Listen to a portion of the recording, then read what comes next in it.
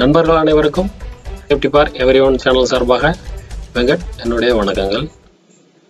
இன்னைக்கு டாபிக் என்னன்னு பார்த்தீங்கன்னா ஃபயர். அது ஃபயர்னா என்ன, அது எப்படி உருவாகுது, அது என்ன மாதிரி ஹசார்டு அப்படிங்கிற மாதிரி நம்ம இந்த வீடியோவில் பார்க்கலாம்.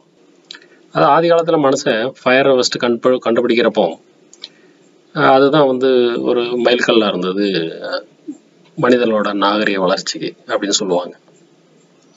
ஏன் அப்படின்னா ஃபயர் கண்டுபிடிச்சதுக்கு அப்புறம் தான் அதை பல வகையில் உபயோகப்படுத்த ஆரம்பித்த பிறகு மனிதனோட வாழ்க்கை தரம் உயர ஆரம்பிச்சது.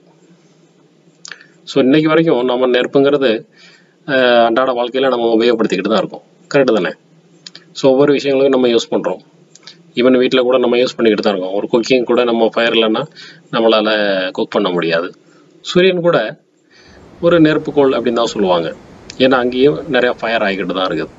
ஸோ அதனால் அது வெளியேற்றக்கூடிய லைட்டிங்காக இருக்கட்டும், இல்லை அதனால் எமிட் ஆகக்கூடிய வெப்பமாக இருக்கட்டும், இது பூமியில் ரீச் ஆகிறதுனால தான் நம்மளாலே உயிர் வாழ முடியுது. அப்படி தானே? இல்லைன்னா இந்த பூமியில் இப்போ உயிர் வாழறதுக்கு சாத்தியமே இல்லை. ஸோ அந்தளவுக்கு நெருப்புன்றது நம்ம வாழ்க்கையில் ஒரு பின்னி பிணைஞ்ச ஒரு விஷயந்தான். ஃபயர்னா என்ன அப்படின்னு பார்க்க போனால், இது ஒரு ரேபிட் ஆக்சிடேஷன் ஆஃப் மெட்டீரியல். அது மெட்டீரியல் ஆக்சிடேஷன் ஆகிறது, அது கெமிக்கல் ரியாக்ஷன் ஆகிறது. அதனால தான் நெருப்புங்கிறது உண்டாகிறது. ஸோ ஒரு கெமிக்கல் ரியாக்ஷன் நடக்குன்னா என்ன வேணும்? ஏதாவது ரெண்டு பொருள் இருக்கணும் இல்லையா? ரெண்டு பொருள் இருந்தால் தான் அது ரியாக்ஷன் ஆக முடியும். ஸோ இந்த ஃபயரை பொறுத்தவரையில் ரெண்டு பொருள் என்னது அப்படின்னு பார்த்தீங்கன்னா, ஒன்று ஃபியூவலு, இன்னொன்று ஆக்சிஜன். ஸோ இது ரெண்டு மட்டும் இருந்தால் நடந்துருமா அப்படின்னா, இதை அந்த உண்டாக்குறதுக்கு தேவையான வெப்பம் தேவைப்படுது. So heat. ஸோ இந்த ஹீட்டும் இருந்தால் தான் இந்த கெமிக்கல் ரியாக்ஷன்றது நடக்கும். ஸோ அதனால தான் ஃபயர்ன்றது மூணு முக்கியமான காரணிகளை உள்ளடக்கியிருக்கு. ஒன்று ஃபியூவலு, இன்னொன்று ஆக்சிஜன், இன்னொன்று வெப்பம். இந்த மூணும் தான் முக்கியமான ஃபேக்டர். இது இருந்தால் தான் ஃபயர்ன்றதே உருவாகும். ஸோ இது மூணு மட்டும் இருந்தால் ஆகிடுமா அப்படின்னா, அது எந்த லெவலில் இருக்கணும் அப்படின்ட்டு இருக்குது. ஸோ இப்போ ஆக்சிஜன் எடுத்துக்கிட்டிங்கன்னா, அது பொதுவாகவே அட்மாஸ்பியரில் ஆக்சிஜன் இருக்குது நமக்கு. அது 19.5 to 23.5% அட்மாஸ்பியரில் இருக்குது. ஸோ அது ஒரு நெருப்பெரியதுக்கு போதுமான இது. அது எங்கன்னா எல்லா இடத்துலையும் இருக்குது. நம்ம ரூமில் கூட இருக்குது, வெளியே போனால் வெளியே இருக்குது, எல்லா இடங்கள்லையும் இருக்குது. ஸோ அதை பற்றி நம்ம இது பண்ணிக்க வேண்டாம்.